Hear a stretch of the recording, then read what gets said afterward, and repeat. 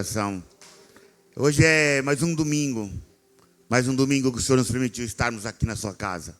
Mais um dia que o Senhor nos permitiu ter o privilégio de adorá-lo, de encher o nosso coração com a sua presença. Sabe, meus amados, muitas pessoas essa semana achavam que ia poder ter o privilégio de estar na casa de Deus hoje. Muitas pessoas acharam que a sua história ia continuar, haviam esperanças. Pessoas que estavam enfermas, pessoas que estavam bem, achavam que ia dar tudo certo, mas que infelizmente não está mais entre nós. Mas você está. E você só está entre nós porque o Senhor te ama e porque Ele se importa com você. Porque Ele se importa, porque Ele quer você com Ele.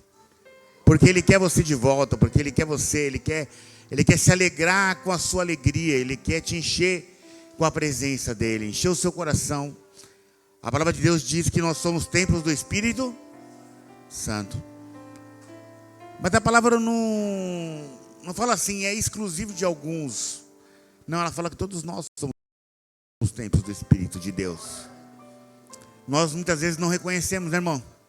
Muitas vezes nós nem entendemos o quão importante nós somos para Deus. Imagina Deus dizer que nós somos templos do Espírito Santo e que Ele quer fazer morada em nosso coração. Ele quer estar presente dentro de nós todos os dias. E Deus estar presente dentro de nós todos os dias não está condicionado a pessoas, não está condicionado à vida do seu marido, não está condicionado à vida do seu pai, não está condicionado à vida de alguém. Está condicionado somente a você e Deus. E é por isso que Ele todos os dias se manifesta em nosso coração, nos dando a oportunidade de voltarmos a Ele, voltarmos a sermos dEle. E hoje o Senhor vai falar conosco um pouco esta manhã. E eu sei que a palavra de hoje vai falar no coração de algumas pessoas aqui neste lugar.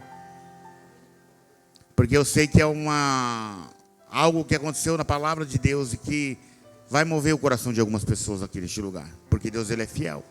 Amém? Mas eu não quero começar a palavra de hoje sem antes nós orarmos. Mas todos os cultos eu digo a mesma coisa, porque é muito importante você entender isso. Não é sobre a minha oração. Claro que eu vou orar com vocês, mas é sobre a sua oração, é sobre você falar com Deus, falar, Senhor, me dá resposta. Porque como todos os cultos eu digo, meu amado, não tem como eu saber o que você está passando. Não existe pastor que conhece o seu coração, conhece a sua luta. E de repente você está aí, se sente sozinha, se sente sozinho numa luta terrível.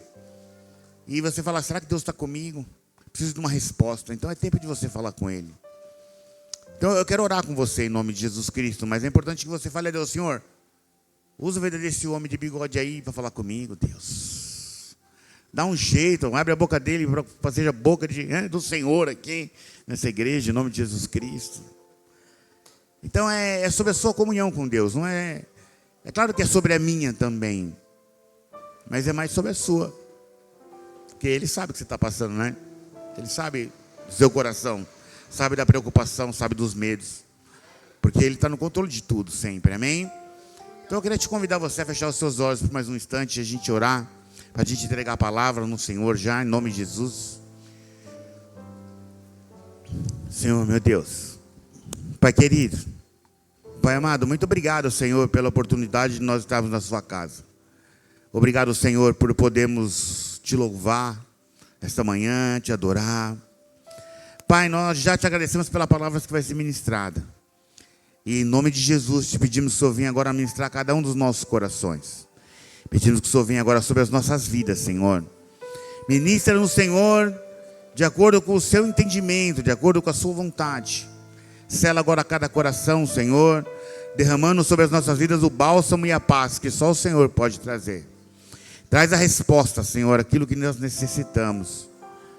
Pai querido, Pai amado, em nome de Jesus Cristo, já peço que o Senhor venha visitar cada um agora de nós, nossas mentes, nossos corações. Que o Seu Espírito Santo possa se fazer presente sobre cada um de nós.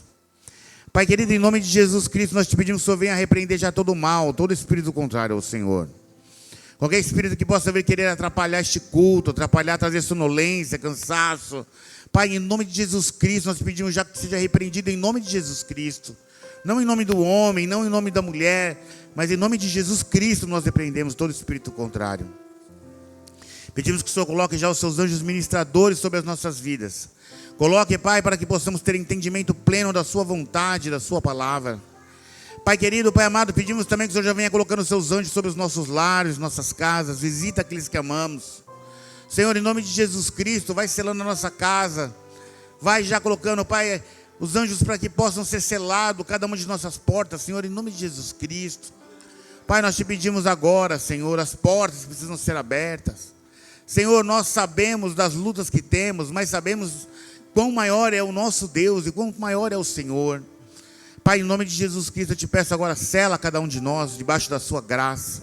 Dê-nos o entendimento que só o Senhor pode derramar sobre as nossas vidas. Só o Senhor é Senhor sobre as nossas casas. E em tudo nós te pedimos agora o seu bálsamo, o seu selo. E em tudo te agradecemos, engrandecemos o teu nome e o adoramos. E te pedimos, Pai querido e Pai amado, em nome do Pai, em nome do Filho, em nome do seu maravilhoso e digníssimo Espírito Santo do Senhor. Amém, amém, amém. Aplauda o Senhor. Glória a Deus, aleluias. Glória a Deus, santo é o nome do Senhor. Pode se assentar, meu amado. Glória a Deus, vamos para a palavra de Deus agora neste momento, né? E eu queria, antes de começar a palavra, perguntar como está a sua casa, como está a sua família, como está a sua história. E é sempre bom a gente, antes de entender a palavra de Deus, entender como nós estamos com Deus. Porque a nossa família é uma grande prioridade para Deus. E é por isso que ele fala que primeiro é Deus, depois é a família, depois é a igreja e depois as demais coisas. Quando a coisa sai desta ordem, nós nos perdemos no Senhor. Então eu queria perguntar para você como é que está a sua casa. E talvez a sua resposta seja, pastor, não está nada bem. Porque o Senhor já está neste lugar e Ele traz a resposta daqueles que necessitam. Seja qual for a sua luta, existe um Deus que é contigo, que é fiel àqueles que o amam, amém? E a palavra de hoje, que eu separei no dia de hoje, já ministrei ela uma vez na igreja, faz um bom tempo, mas eu amo essa palavra. Se eu pudesse, eu falaria dela várias vezes, vários dias, porque fala muito no meu coração. E a palavra de Deus fica lá no livro de 2 Reis 18, 19. E a gente começa com lutas, né? A pastora até estava falando aí na oração, né? Sobre exércitos que se levantam sobre as nossas vidas, né? E realmente é verdade. Quanto nós estamos enfrentando cada luta, né, gente? Dentro de casa, dentro do trabalho, é muito difícil, né? Relacionamentos, enfermidade. E talvez você esteja aqui e fala, vocês não sabem o que tem passado na minha casa. Porque às vezes a gente entra sorrindo na igreja, cumprimenta todo mundo e como se tudo estivesse bem. Mas na verdade, estamos enfrentando grandes tribulações, não é? Porque o inimigo se levanta. E é assim. E a gente precisa de uma resposta de Deus. E a palavra de Deus lá no livro de 2 Reis 18, 19 diz assim. Rabseque disse-lhes: Dizei a Ezequias, ao rei Ezequias, assim diz o sumo rei, o rei da Síria, que confiança é essa que te estribas? Bem, posso dizer-te que teu conselho é poder para a guerra, não passam de vãs palavras. E quem pôs agora confianças para que rebeles contra mim? Confias no Egito, esse bordão de cana esmagada, ao qual se alguém nele se apoia, lhe entrará pela mão e ultrapassará assim, e o faraó, rei do Egito, para que todos que neles confiam? Mas, se me dizeis, confiamos no Senhor, nosso Deus, não é esse aquele cujos altos altares Ezequias removeu, dizendo a Judá e a Jerusalém, perante este altar adorareis a Jerusalém? A gente começa a entender a história de Deus, dizendo que haveria uma grande guerra aqui. O rei da Síria se levanta, né? Só ler só o começo do 18, só para você entender a personalidade de quem nós estamos falando, tá? No 18, aí, ó, 18:1 diz assim, ó. No terceiro ano de Oséias, filho de Eliá, rei de Israel, começou a reinar Ezequias, filho de Acaz, rei de Judá. Tinha 25 anos de idade quando começou a reinar, e reinou 29 anos em Jerusalém. Sua mãe chamava Abi e era filha de Zacarias. Fez ele o que era o quê? Reto perante ao Senhor, amém, igreja? Segundo tudo o que fizera Davi, seu pai. Removeu dos altos, quebrou as colunas e deitou abaixo os postes ídolos e fez em pedaços.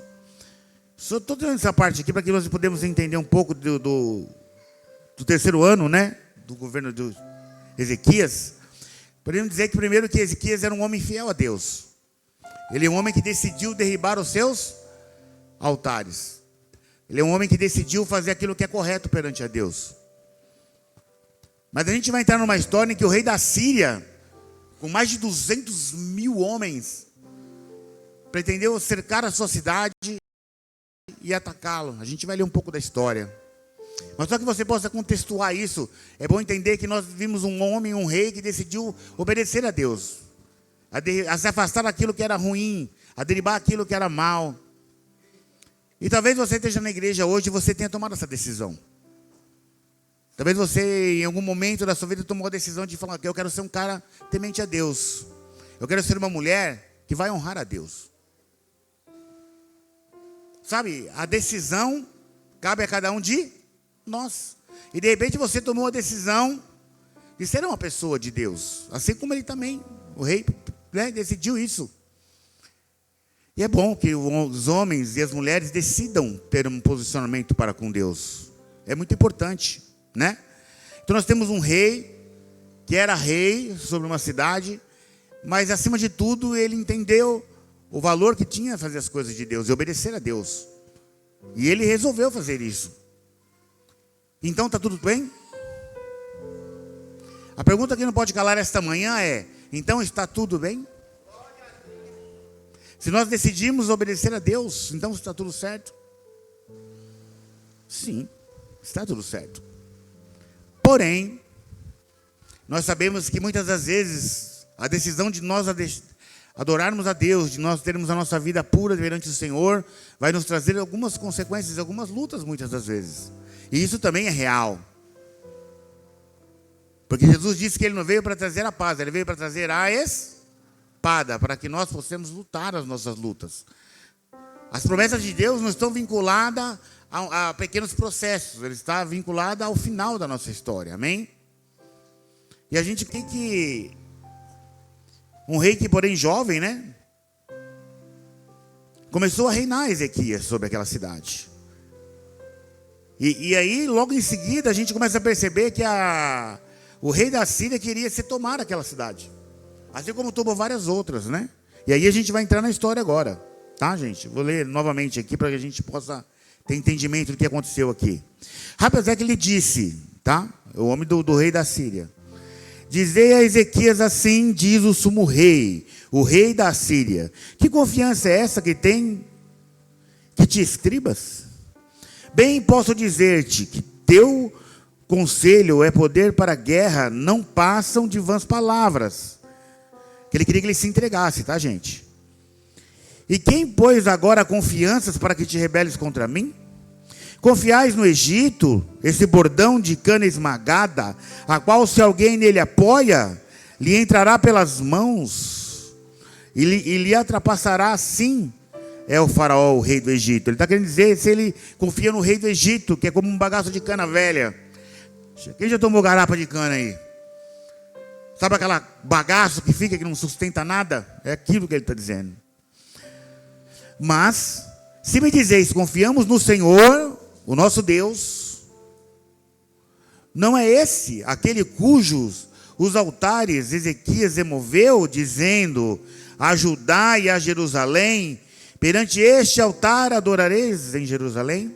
E ele está dizendo isso porque ele decidiu lá derrubar os altares, entende? Ele decidiu, foi uma decisão do rei. E aí o rei da Síria está falando, não foi esse o Deus?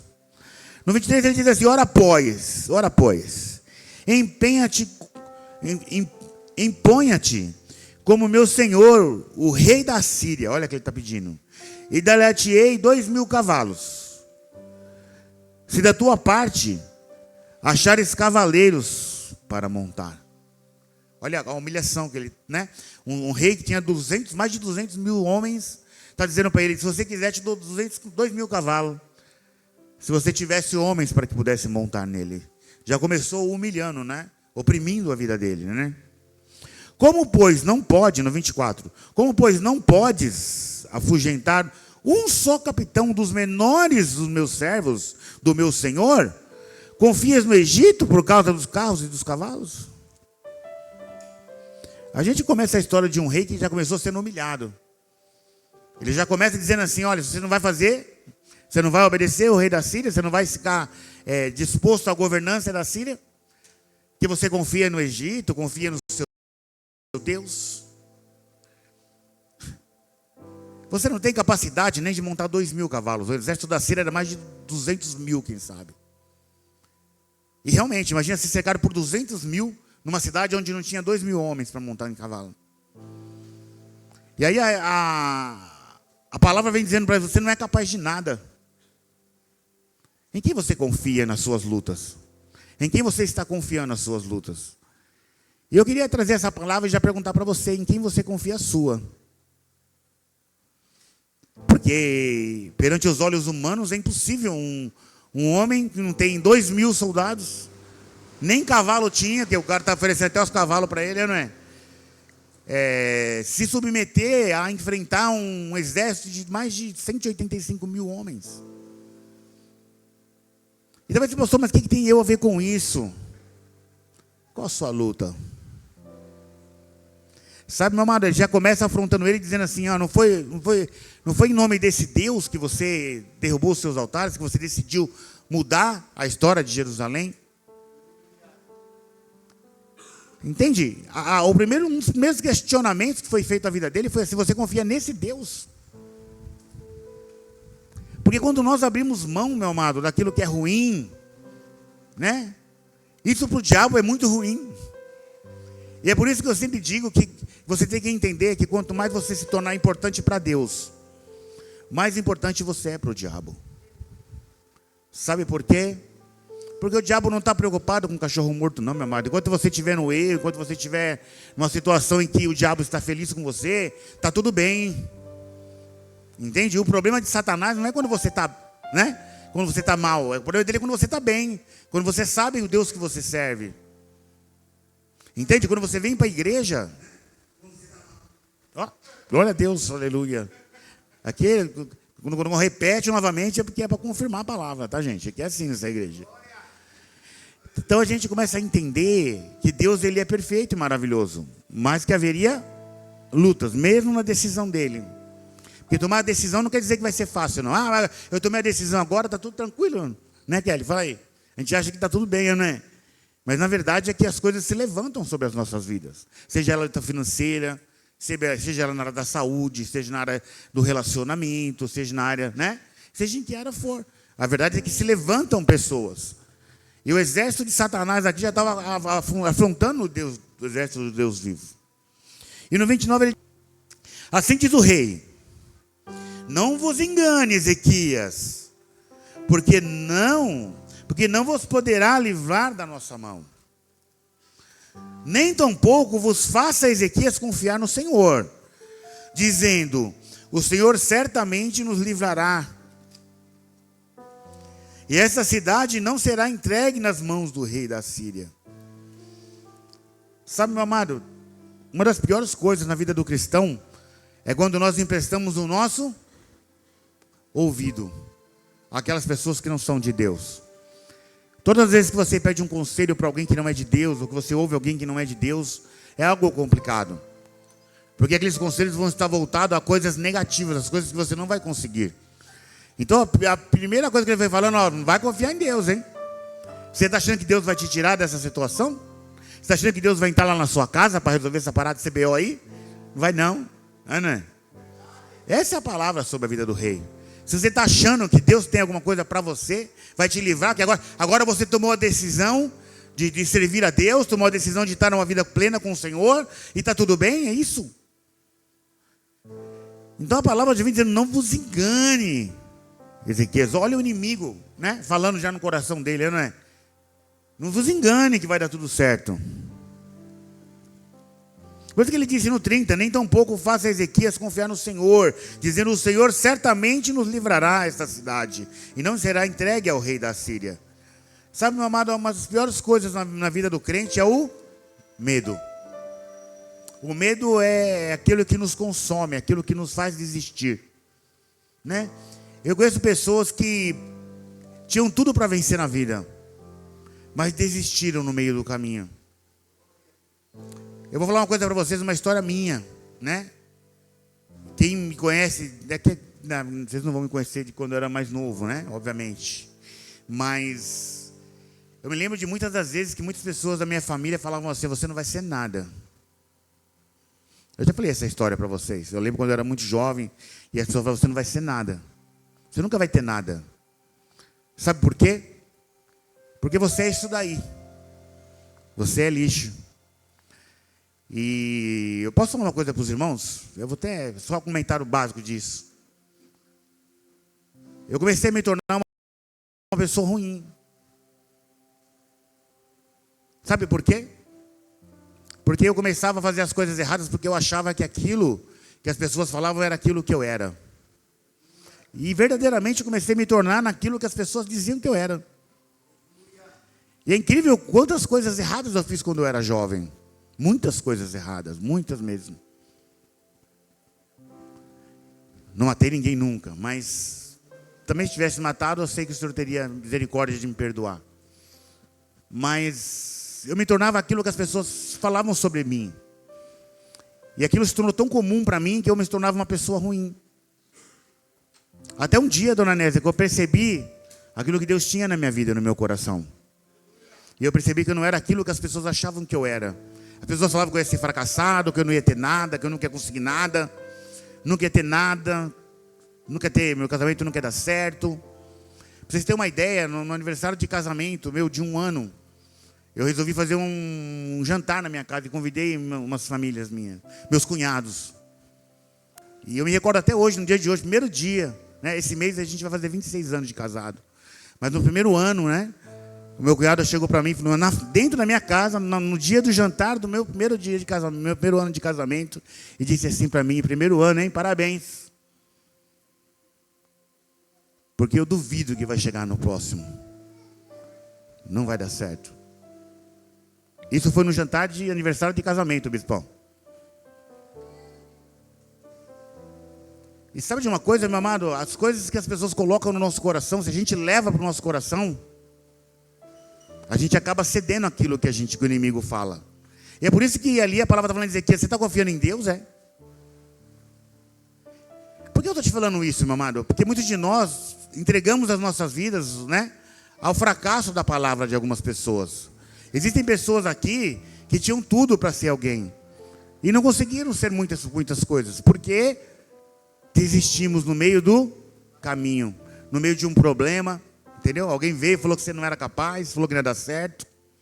Seja sobre o seu relacionamento, seja sobre a sua vida financeira. Falou que você não ia conseguir um trabalho bom. Você nunca ia ter um trabalho bom, nunca ia conseguir constituir uma família. E se constituísse também ia dar mal, ia dar errado. Ou se deu errado, vai falar, tá vendo? Não te falei que não ia dar certo. É ou não é? Mas a verdade é que Deus disse que vai dar certo sim. E não importa o tempo. Sabe, meu amado, não importa o tempo, não importa quanto tempo você está. Pastor, mas agora você está falando isso aí, mas meu casamento já acabou. Meu amado, Deus é poderoso para restituir ou abrir portas novas se forem necessárias.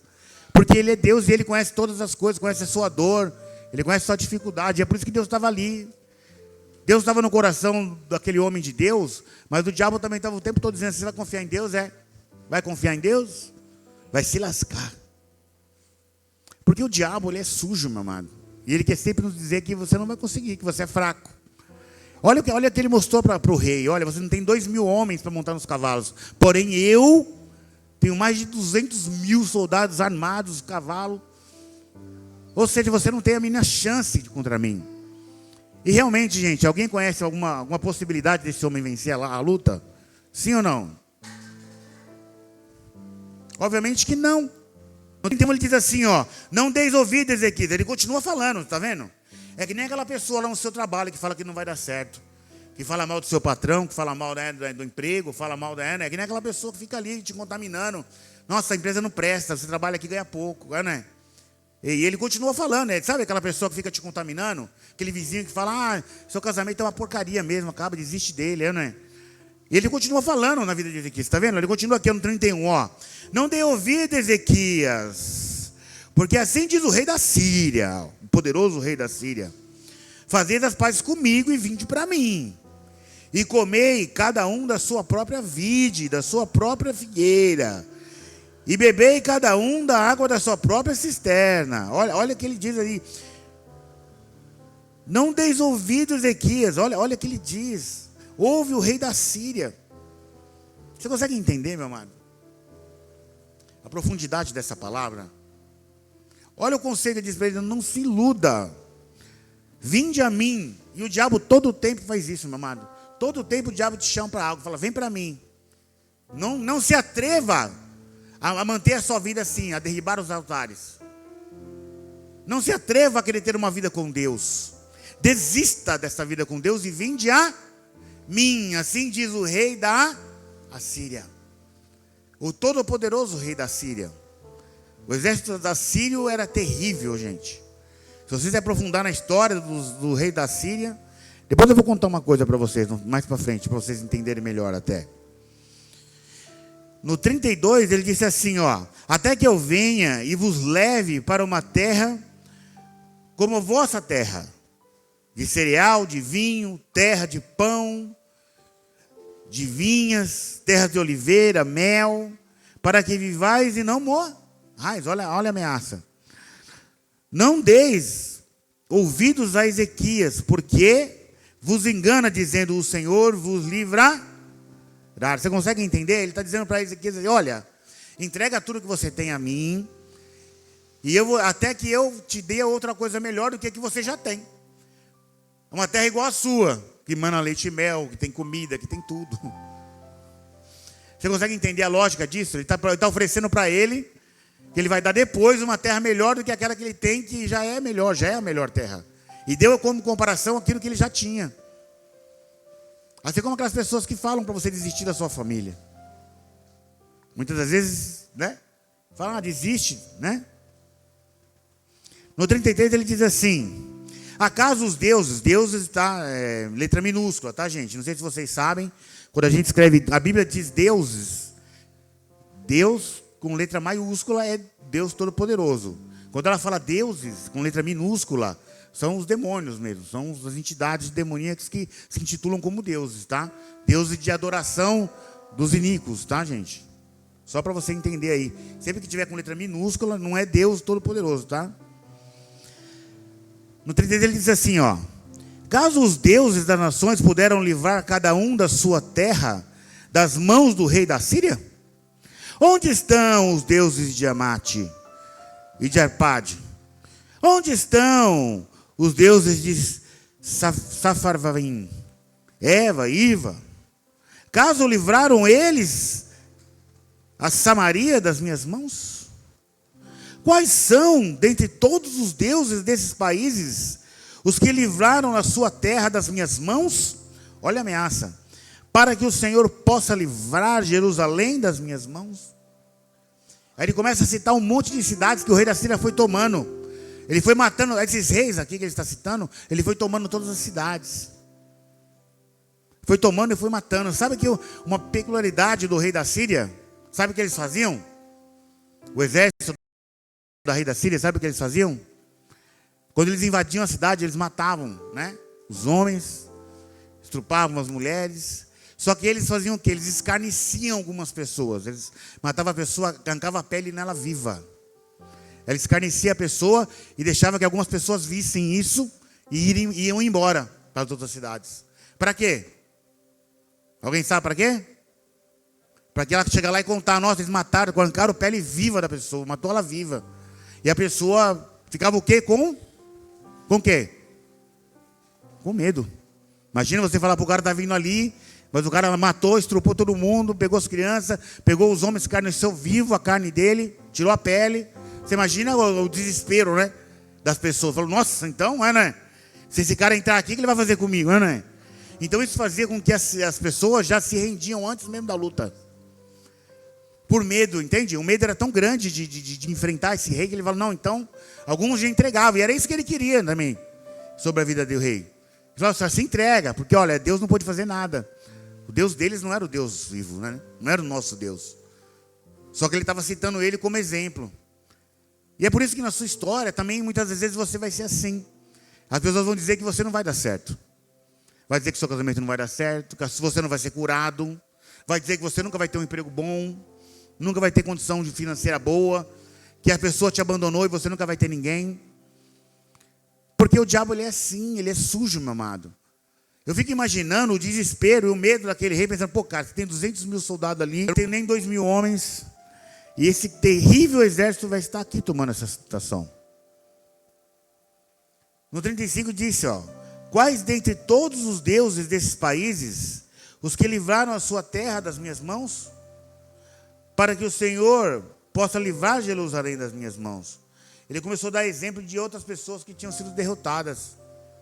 Falou, todo mundo perdeu, por que você acha que você vai ser bem? Vai se dar bem? Você conhece alguém que já deu ruim na vida? Você conhece alguém que já se deu bem mal? É dessas pessoas que o diabo vai falar para você. Que você não vai conseguir porque ele está te comparando a essas pessoas que foram derrotadas. Ele vai falar para você, outras pessoas já tentaram, viu? Ser que nem você, mudar. Outras pessoas já tentaram, mudar a sua história, mas não conseguiram. Olha lá o exemplo, ele vai te dar um exemplo de alguém que se converteu e desistiu, vai te dar um exemplo de alguém que tentou, não é? Assim que uma vez um amado ia para a clínica e a pessoa falou, mas não vai de clínica, não dá certo, não. Conheço um cara que foi 8 vezes, nunca saiu. É verdade. Mas na 9ª vez ele saiu. Entende, meu amado? O fato de uma pessoa ser fracassada naquilo que ela tentou, não quer dizer que você também vai ser um fracassado. O fato de algumas pessoas não terem tido, a bênção de ser curado, porque não se entregaram a Deus. Você, quando você se entrega, você tem o direito de fazer isso, de ser a pessoa correta perante os olhos de Deus. Todo o tempo, o rei era ameaçado por aquele rei da Síria. Todas ele e começava por medo nele. No 19 diz assim, ó, tendo o rei Ezequias ouvido isso, rasgou as suas vestes, cobriu-se de pano de saco e entrou na onde? Na casa do Senhor, no 19. 19, gente. 19. Segunda Reis 19. Glória a Deus, aleluia. Olha aí. Tendo o rei Ezequias ouvido isso, rasgou as suas vestes, cobriu-se de pano de saco e entrou na casa do... Na casa do...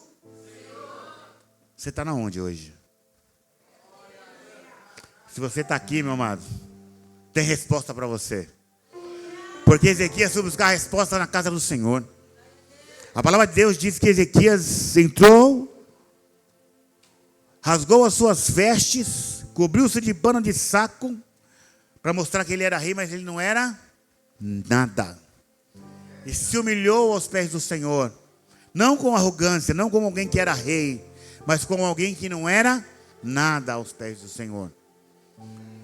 Sabe, meu amado, é tempo de nós nos redimirmos aos pés de Deus. Nos diminuirmos.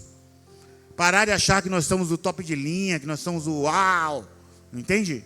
E nos redimirmos e entregarmos aos pés de Deus. E aí a palavra de Deus está dizendo a ele isso. Amém? Ele rasgou e foi aos pés do Senhor. E então, no 2, então enviou a Eliaquim, o mordomo de Sebna, ao escrivão, e dos sacerdotes, cobertos de pano seco, do profeta Isaías, filho de Amós. Os quais lhe disseram, assim diz Ezequias, este dia é dia de... Do quê? angústia, de disciplina. Quem já viveu momentos de angústia, meu amado? Talvez você esteja vivendo aí na sua casa momentos de angústia, né? De luta. E essa angústia, esse medo, esse opróbrio, né? Que diz a disciplina de opróbrio, porque os filhos são chegados à hora de nascer e não a força para o quê? Para darmos o quê? A luz. Você consegue entender esse texto? Quando a palavra diz assim, que é o tempo de ganhar a luz e não a força. Porque é tempo de angústia. Quem já viveu isso? Sabe quando você precisa ir no mercado e você puxa seu extrato lá e não tem dinheiro? E você tem a sua família para sustentar e você não viu o dinheiro entrar? Ou você está passando por uma situação difícil na sua casa onde ninguém está vendo? Porque muitas vezes a luta que você está passando na sua casa, meu amado, não é algo que as pessoas estão vendo. É algo entre você, um processo entre você e Deus. Sabe, você olhar e você fala, cara, eu não tenho nada, mano. Você olhar para você e falar, pô, não vai dar certo, entende? E é disso que Deus está falando. Momentos de angústia. Momento onde você precisa dar luz e não tem força. Quem já se sentiu assim? Talvez você esteja hoje aqui nesse lugar e você está passando por esse processo ou conhece alguém que está passando por esse processo. Porque o maior momento de angústia não é aquilo que as pessoas veem, não é? Todo mundo sabe que a dor de parto é horrível. Porém, só quem teve o parto sabe. Você que é homem jamais vai saber o que é isso. Glória a Deus, né? Por isso, né, irmão? Deus é misericordioso, né? É bom demais, né? A gente não vai ter dor de parto, não é? O irmão Bebeto todo dia dá glória, fala assim, obrigado, que eu nunca passei por isso aí, né? E é muito bom que nós não passamos por esse processo. Mas a mulher que passou por esse processo sabe como é que é. Você chegar ao momento de dor, de angústia e não ter o que fazer. Mas você não ter forças. Por que eu estou falando isso? Porque talvez você esteja passando por um processo na sua casa, um processo na sua vida financeira, um processo no seu trabalho, um processo no seu relacionamento, onde há um momento de angústia, onde não há mais força. Gente, é a pior coisa. Sabe por quê? Porque ninguém vê para você e fala que você está bem. Às vezes olham para você e falam que você está bem. Só que você não está bem em coisa nenhuma. Entende? É como você entrar pela porta da igreja, cumprimenta os irmãos, bom dia, paz, abraça todo mundo. O pastor vai te dar um beijo, fala que te ama. Você fala que está tudo bem, mas não está bem nada. Às vezes você está passando por um processo que está te dando medo. Você está com medo, mas não vai falar. Está angustiado, mas não tem coragem. E é sobre isso que a palavra está dizendo hoje. É sobre você ter medo de algo que você está por vir. Você está enxergando ali, o rei estava vendo ali, o exército, a cidade estava cercada. E a gente fala, nossa, e agora, não é? E agora? Não tem mais o que fazer. Quem pode enfrentar um exército de 185 mil homens, tendo menos de 2 mil homens e nem cavalo tinha?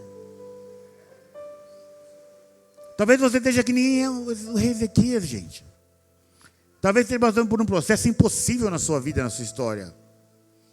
Talvez você venha aqui, mas você chorou essa semana já, com medo daquilo que está por vir, não sobre aquilo que vivia.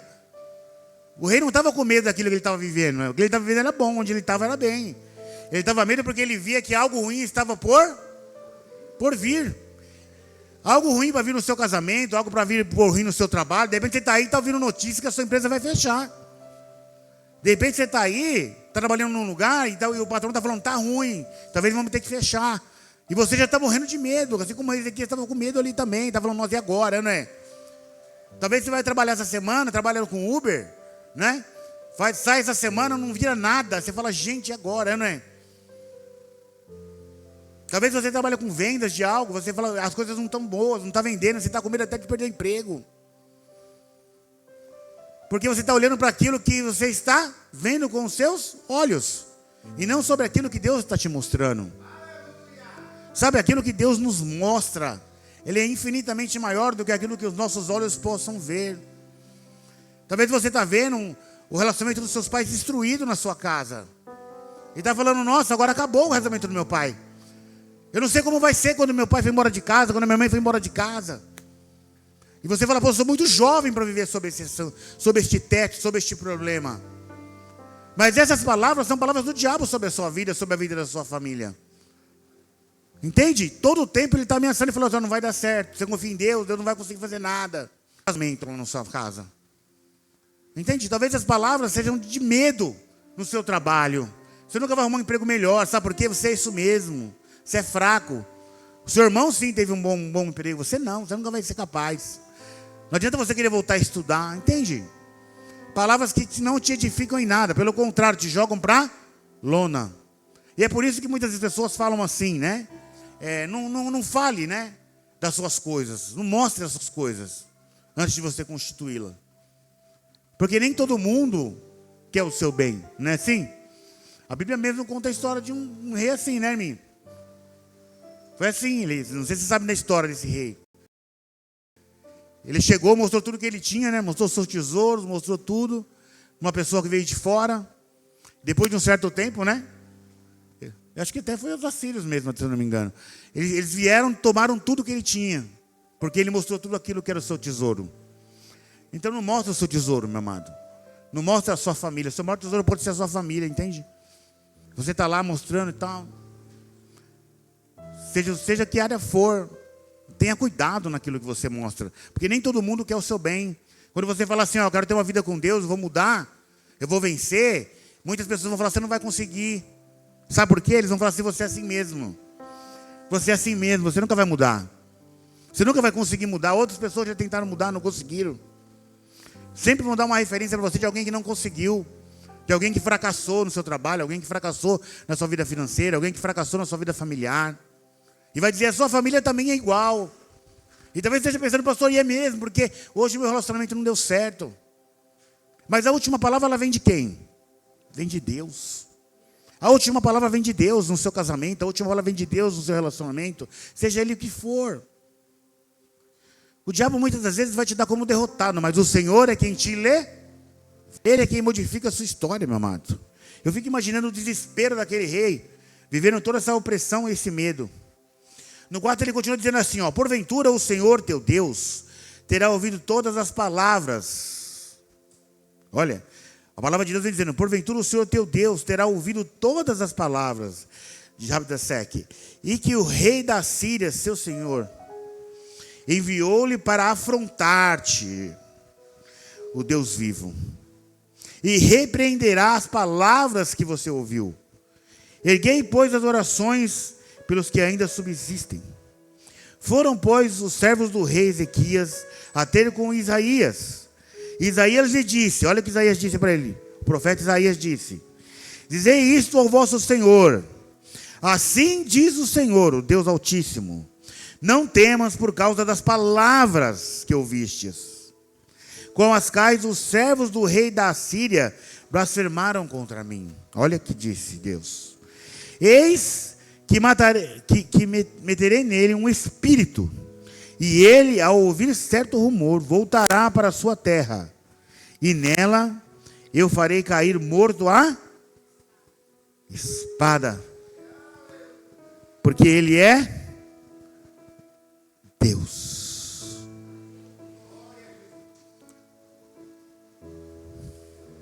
Essa história ela é maravilhosa, eu não vou conseguir ler ela toda, gente. Depois eu queria que você continuasse lendo essa história na sua casa. Você vai compreender a profundidade dela. Eu vou ter que caminhar mais para a parte do fundo dela já, mas ela é muito complexa, ela é muito grande e ela é muito boa. E quando você entender tudo o que passou aqui, né? Ezequias, você vai entender a profundidade disso tudo. No 32 diz assim, ó, 19:32. Pelo que assim diz o Senhor acerca do rei da Síria, não entrará nessa cidade, e nem lançará nela flecha alguma. Não virá perante ela com escudo, nem há de levantar tranqueiras contra ela. Olha o que diz Deus sobre a vida dele.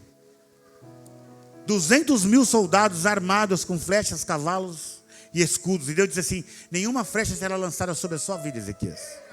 Nenhuma flecha será lançada sobre esta cidade. Eu fico imaginando, né? O rei deve ter pensado, meu Deus, como é que eu vou acreditar nessa história? Cercado por 200.000 quase homens assírios armados a cavalo. E Deus diz assim, não, nenhuma flecha, nenhuma. Nada, nenhum escudo vai ser lançado sobre a sua terra. Como a gente pode acreditar numa história dessas? Talvez a história da sua vida seja uma história de derrota, meu amado. Talvez você entrou nessa igreja pensando que você é um derrotado, que não vai dar certo. Que aquilo que você tem vivido é aquilo que você vai ter mesmo. E você nunca vai ser ninguém. Sabe, talvez você tenha entrado aqui nessa igreja achando que você está enfermo há tanto tempo que você não vai ser curado. Porque o diabo tem mostrado para você somente aquilo que não é possível de cura. E está falando, olha lá quem morreu, você viu? Morreu mais um, com o mesmo problema que o seu. Mas não mostra aqueles que foram curados em nome de Jesus Cristo. Então a gente começa a perceber que Deus tinha uma promessa sobre a vida dele. Apesar de todas as promessas negativas, de tudo aquilo que daria medo sobre a vida dele, Deus diz algo muito importante. Deus diz no coração dele, mesmo cercado por 200 mil soldados, diz assim, pelo que assim diz o Senhor acerca do rei da Síria, ele não entrará, ele não lançará nela flecha alguma, não virá perante ela com escudo, e nem há de levantar tranqueiras contra ela. Pelo caminho onde ele vier, por esse voltarás. Entendeu, Raíssa? Pelo caminho que ele veio, ele voltará. Olha o que Deus disse, pelo caminho que ele veio, ele voltará. Mas nessa cidade, ele não entrará. Assim diz o Senhor. Na sua casa, ele não entrará. Na sua família, ele não vai entrar, meu amado. Na sua vida financeira, ele não vai entrar. Talvez você tenha havido circunstâncias de medo na sua casa. Talvez você tenha havido circunstâncias de medo no seu trabalho. Talvez você veio aqui com a conta lisa, meu amado. Talvez você tenha pensado, pastor, eu não sei nem o que eu vou comer hoje.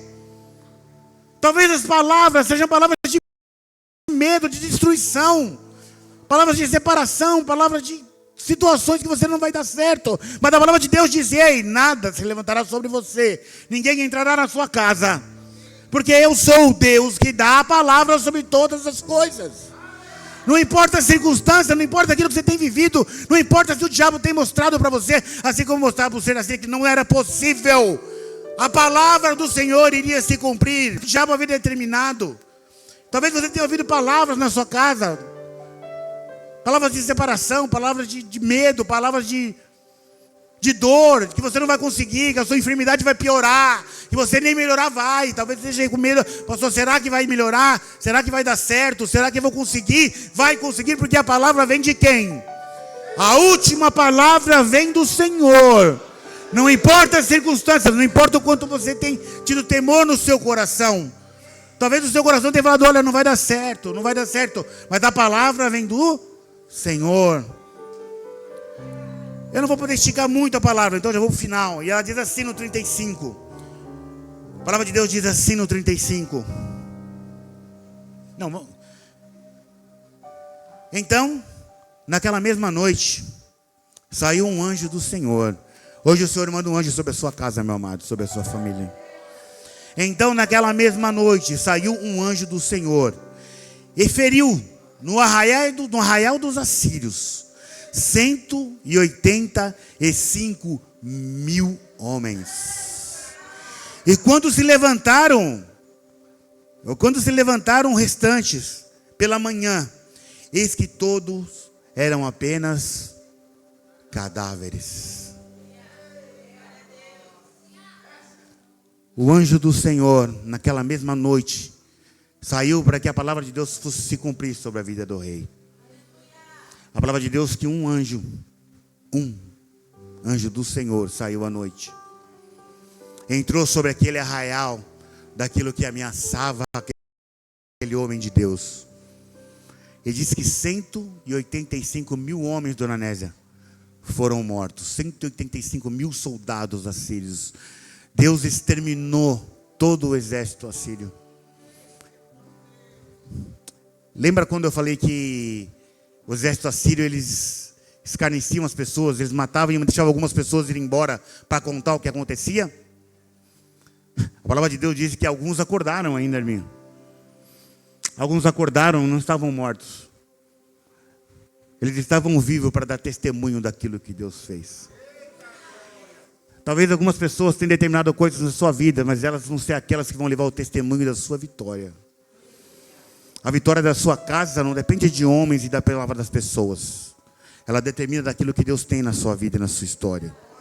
Entenda uma coisa, talvez aqueles que hoje declaram sobre a sua vida derrota, são aqueles que vão aplaudir o seu Deus, por aquilo que Ele vai fazer na sua casa ainda. Porque a sua casa não depende de palavra de homens, nem da palavra do diabo. A palavra de Deus é que vale sobre o seu lar. Não importa o quanto você não consiga enxergar. Talvez você tenha olhado e falado, não vai dar mais certo, porque as coisas mudaram. Pois da mesma forma que mudaram, vão mudar ainda mais, só que para melhor. Quando Deus diz e determina algo, Deus pode enviar um anjo sobre a sua casa hoje, meu amado, em nome de Jesus Cristo. Eu fico imaginando já aquele anjo lindo entrando na sua casa, sabe, meu amado? Sabe?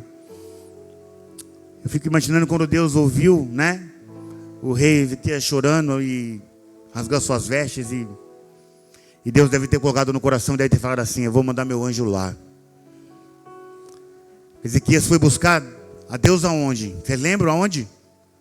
Onde ele foi buscar a Deus? Na casa do Senhor. A palavra de Deus diz que ele foi na casa do Senhor, rasgou as suas vestes. E ele sabia o Deus que ele confiava. Ele sabia que mesmo aquilo que ele não podia ver, podia ser tratado por Deus. Podia ser levantado por Deus. Eu queria perguntar para você, e você? Como está a sua história?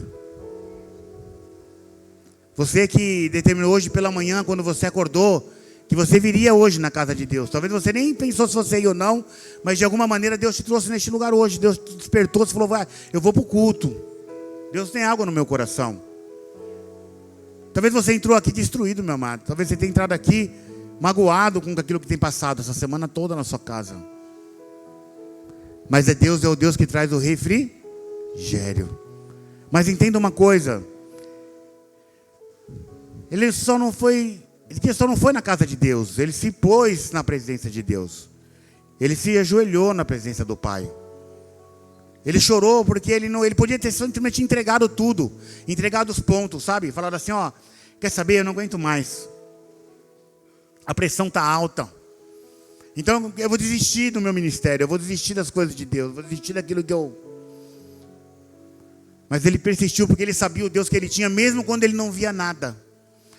Mesmo quando ele estava cercado por 185 mil homens armados. Ele conseguiu enxergar mesmo nessa situação o Deus que ele tinha. Eu quero dizer isso porque talvez você aqui hoje precisa de um socorro de Deus, meu amado. Talvez no seu casamento, talvez em alguma área específica. Talvez você precise de um socorro onde você não consegue enxergar a ajuda, né, dona Nésia? E é muito difícil, mas quando a gente tenta algo e não consegue. Quando a gente vê faltar as coisas dentro de casa, você olha, às vezes nem falta, mas está como Ezequias ali que sabia que ia acontecer, vai acontecer agora. Daqui um mês não vai ter mais o que comer em casa porque não tem emprego. Daqui um mês eu não vai ter mais meu emprego, vou perder meu emprego, a empresa vai fechar. Talvez as palavras sejam palavras de dor que te trazem preocupação hoje. Você está pensando, olha, será que vai dar certo? Entende? Mas existe um Deus que vem sempre com a última palavra. Uma coisa eu te digo, você está no lugar certo. Porque aonde o homem foi buscar a Deus? Na casa de Deus. E ele se colocou à presença de Deus. A palavra não está dizendo, então Deus foi até lá, né? Ezequias, falou com ele. Não, a palavra de Deus é que ele foi até Deus. Ele foi até a casa de Deus e pediu a Deus algo muito importante. Algo que para ele era a única coisa que poderia determinar em salvar a sua vida e salvar o seu povo, a sua família. Você já está na casa de Deus. Eu quero saber se você está disposto hoje a entregar a sua casa no Senhor. A sua casa no Senhor. Não é só sobre ir à casa de Deus. Isso aqui também foi, não é? É sobre se render aos pés de Deus. É sobre rasgar suas vestes. Falar assim, está aqui. Quando você rasga as suas vestes, você fica o quê? O que acontece se rasgar as vestes? Ninguém sabe, gente. O que acontece se eu rasgar todas as minhas vestes agora? Rasgar tudo. Rasgar tudo. O que vai acontecer? O quê? Vamos ver. Não vamos ver. A gente fica nu. E a nossa nudez é a nossa intimidade. Entende? Quando a palavra de Deus fala que ele rasgou as suas vestes, claro que faz o entendimento de que nós temos que nos rasgar perante o Senhor muitas das vezes. A nudez é algo que todo mundo vê, não? Alguém? Todo mundo vê você nu, andando por aí? Sim ou não? Alguém já viu o pastor Aleph andando nu pela avenida ali agora? Com instrumento assim? Óbvio que não, porque essa é a intimidade do pastor Aleph. Quando nós nos rendemos, rasgamos nossas vestes no Senhor, é mostrar aquilo que as pessoas não veem. Sabe? Aquilo que te machuca e ninguém sabe. Aquilo que está doendo no seu coração, aquele medo que você nem pode contar para sua filha. Você fala, se eu contar para minha filha que eu estou sentindo isso, ela vai achar que eu sou uma fraca. Sabe aquele medo, você que é homem, que é o provedor da sua casa, e você fala, caraca, se eu não conseguir agora, né? Se o Uber não virar, ou se não chover hoje, né, irmão? Eu não sei como é que vai ser lá em casa. Talvez tudo aquilo está conspirando para que você não dê certo. Talvez você esteja aqui como aquele que sorri quando entra na igreja, mas que o coração está destruído de medo. Só que o Senhor diz que, a palavra de Deus diz que Ele entrou sobre a casa de Deus, mas Ele se dispôs aos pés do Senhor. Posso te falar uma coisa? Nem eu e nem você está sozinha. Você não está sozinha, não. A sua casa não está sozinha. Apesar daquilo que você consegue enxergar muitas das vezes, aquilo que Deus traz sobre você é que Ele tem palavras. Deus quando Ele fala, Ele cumpre na sua vida, na sua história. Se você se dispor hoje a se entregar aos pés do Senhor, a rasgar suas vestes e se abrir o seu coração para Deus hoje, mas abrir seu coração de verdade. Não estou falando de você ir lá com as roupas sujas. Não é isso. Eu estou dizendo você ir lá e falar assim, eu quero me entregar aos pés do Senhor hoje. Se você se dispor verdadeiramente a sentir a presença de Deus dentro do seu coração, então Ele dará ordem aos seus anjos para que você seja alcançado. Você não está sozinha, você não está sozinho. Por mais que você sinta dor, por mais que você se sinta sozinho muitas das vezes, existe um Deus que está contigo, e a palavra de derrota não é a palavra de Deus sobre a sua história. Se a palavra de Deus, se você rasgar suas vestes verdadeiramente no Senhor hoje, Ele enviará os seus anjos e te fortalecerá naquilo que só Ele pode te fortalecer. Porque nas suas forças você não pode, né, Larissa? Você não pode, mas Ele pode. Se Deus quiser, Ele coloca as suas mãos algo hoje e te entrega. E sabe de uma coisa? Aquilo que Deus te entrega, ninguém pode tirar. Porque é mesmo Deus que te entrega, é aquele Deus que coloca os anjos sobre a sua vida, né, irmão? E Ele fala assim, aqui ninguém toca mais. Aquele que sela a vida do pastor Carlão é o Deus Altíssimo. E se Ele colocar a palavra sobre a vida do pastor Carlão, meu amado, nada pode se levantar sobre a vida dele, porque a palavra vem de Deus. Mas é necessário que nós entregamos a Deus aquilo que é de Deus, que é a nossa adoração, a nossa verdade. Não adianta você vir na casa de Deus e não entregar a sua verdade. Quando a palavra de Deus diz que o rei entrou sobre a casa de Deus e rasgou as suas vestes, ele entregou a sua intimidade. Ele entregou aquilo que realmente ele precisava, aquilo que realmente era o que ele estava vivendo. Era dor, era humildade. E eu queria perguntar para você se você tem essa humildade hoje de entregar a Deus aquilo que você está vivendo. Hoje nós queremos orar com você. Vamos colocar de pé em nome de Jesus Cristo, meu amado.